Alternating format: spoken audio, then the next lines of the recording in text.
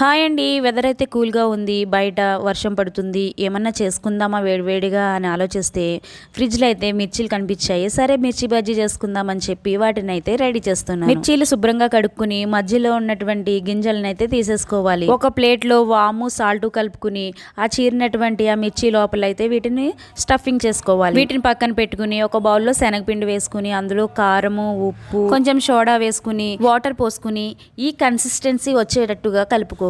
ఇలా కలిపిన తర్వాత మన స్టఫింగ్ చేసుకున్న మిర్చీలని వాటిలో ముంచుకుని అలా ఉంచుకోవాలి. అలా ఉంచితే మిర్చీలో కొంచెం పిండి పడుతుంది, లోపలికి కూడా వెళ్తుందని చెప్పి అలా అయితే ఉంచాను. స్టవ్ పైన ప్యాన్ పెట్టి అందులో ఆయిల్ వేసి బాగా మరిగిన తర్వాత మిర్చిని మొత్తం పిండిలో మునిగేటట్టుగా ఆ విధంగా ముంచి మనమైతే బజ్జీ వేసేసుకోవాలి.